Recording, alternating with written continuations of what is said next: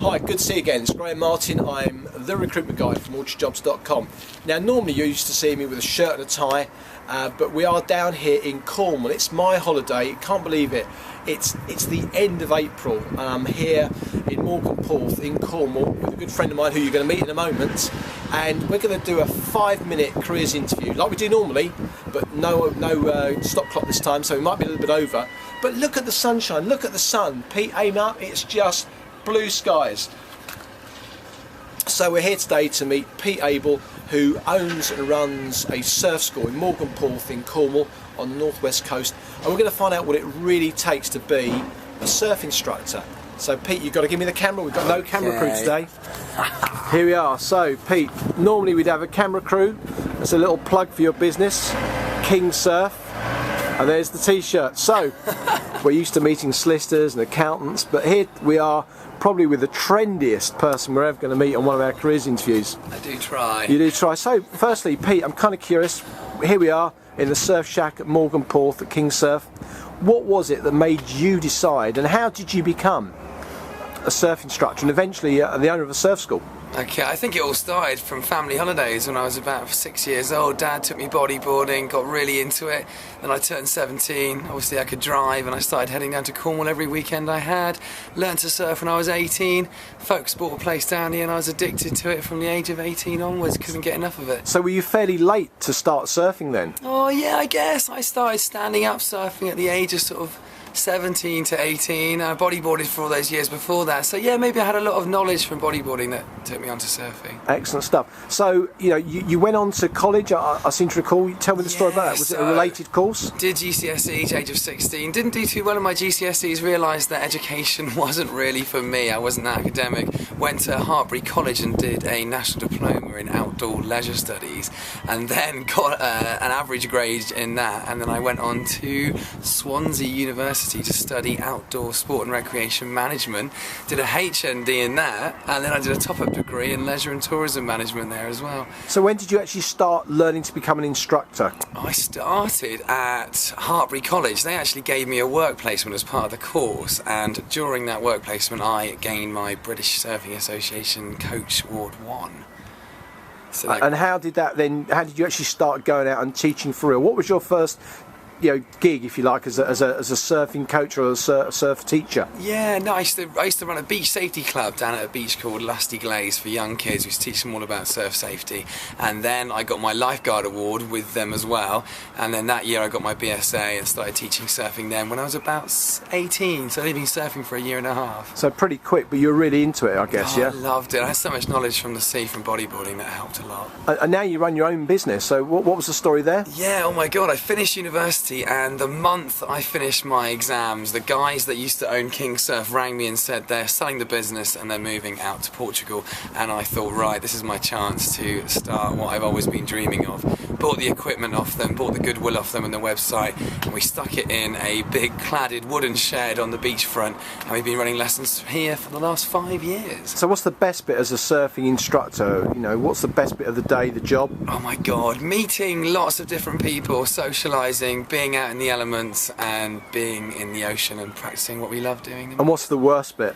Oh my god, is there a bad bit? I don't know. The worst bit about teaching surfing must be the temperature in the winter, I guess. So we normally close around October time because it gets too cold. So as a surfing instructor, what do people do in the winter? I guess they don't just sit at home, in front of the fire. You're an active bunch. What do you do? Yeah, a lot of us do ski seasons. We go to Morzine and we ski guide out there. I've recently been running gap year surf trips with children abroad with a company called Ticket to Ride. We go out to South Africa and Costa Rica, like a gap year program, but based on surfing.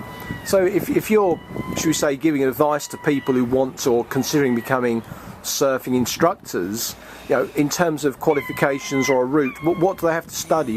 Is there a formal way of becoming a surfing instructor, or you've got to have at least 5 years knowledge now to be a surf instructor. So you've got to be quite good in the ocean. You've obviously got to be really fit, 'cause you've got to pass your beach lifeguard course.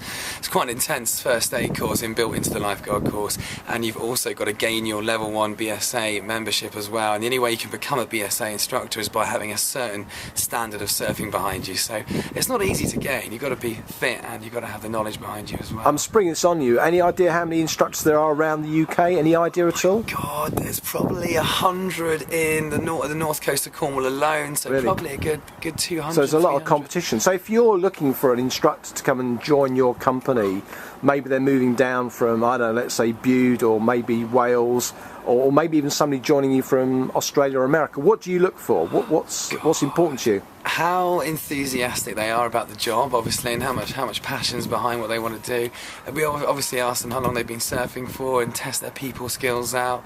And what else? God, just look at the personalities. Obviously, it's a service industry, so the key is having a good, bubbly, friendly personality. And you tend to grow your own, don't you? People that have trained with you, you like to promote and develop. We do things in a certain way down here. Yeah, I think we're very hands-on, and we get to know the customers a lot better than some other surf schools. We only take 7 at a time in. We're quite close, and we end up going for beers with our customers afterwards. And we're very, very social. We try and make them feel as welcome as possible. So we think about the money. You know, if somebody was to become a qualified full-time, if there is such a thing, surf instructor in the UK, what would they probably earn? Is it minimum wage, or is it 100,000 a year? What can they earn? It's not that bad, to be honest. God, we pay our coaches £35 a lesson. The lessons only last for 2 hours, and sometimes they can do 3 lessons a day. Last year, I think I paid Scuba like £550 for a week's worth of work. He was doing 3 lessons a day. He's almost taking home £105 a day. Obviously, he's getting taxed on it, so yeah, he ended up with about 550 quid one week. It varies, and obviously, the bad thing about it is it's only solid for 3 months. So you're only going to get paid that for 3 months, then obviously. You know. So then, if you want to be professional full-time, you've got to go abroad? You've got to go abroad. They now have, the ISA are bringing in a course that's internationally recognised, so you can qualify in Britain and teach all around the world for a similar wage. So yeah, if you had business all around the world, you can go and teach in Costa Rica, go and teach in America. And sounds interesting. Bit of a lifestyle, really, isn't it? Yeah, that's the thing. It's amazing. There obviously are drawbacks from it, and keeping a girlfriend whilst trying to travel the world and just teach surfing is hard. So maybe it's something I recommend it to people that have just come out of university and sort of early to late 20s. Not guys in their 40s with mortgages and children and stuff. It's hard, isn't it? Yeah. There's an argument there. I won't get into it because it's obviously fun or whatever. So last question: if there's one piece of advice, one piece only, that you'd give to somebody watching this today who was thinking, you know what, I'd like to be a surfing instructor, what would that one piece of advice be? Would be look into it, make sure that it's definitely something you want to do, get qualified. You have to have the knowledge behind you. You have to be able to be safe in the water. Safety is the aspect. If someone can come to this surf school and prove to me that they're really good in the water and they've got good skills, then they're more likely to have a job over some rookie. Brilliant. Well, look, this is an impromptu 5-minute interview. It's very different. I'm normally with a camera crew. I'm normally wearing a shirt and a tie. But Pete, I just couldn't pass up this opportunity. I guess a lot of people would be really interested in this. So thank you so much for your time. So here we are, a plug for the King Surf School at Morgan Porth in Cornwall. And Pete, it's been an absolute joy. We've known you for years. We're looking forward to many, many more happy holidays and instruction with you. So to you and the rest of your crowd, yeah, let's go surfing. Oh yeah.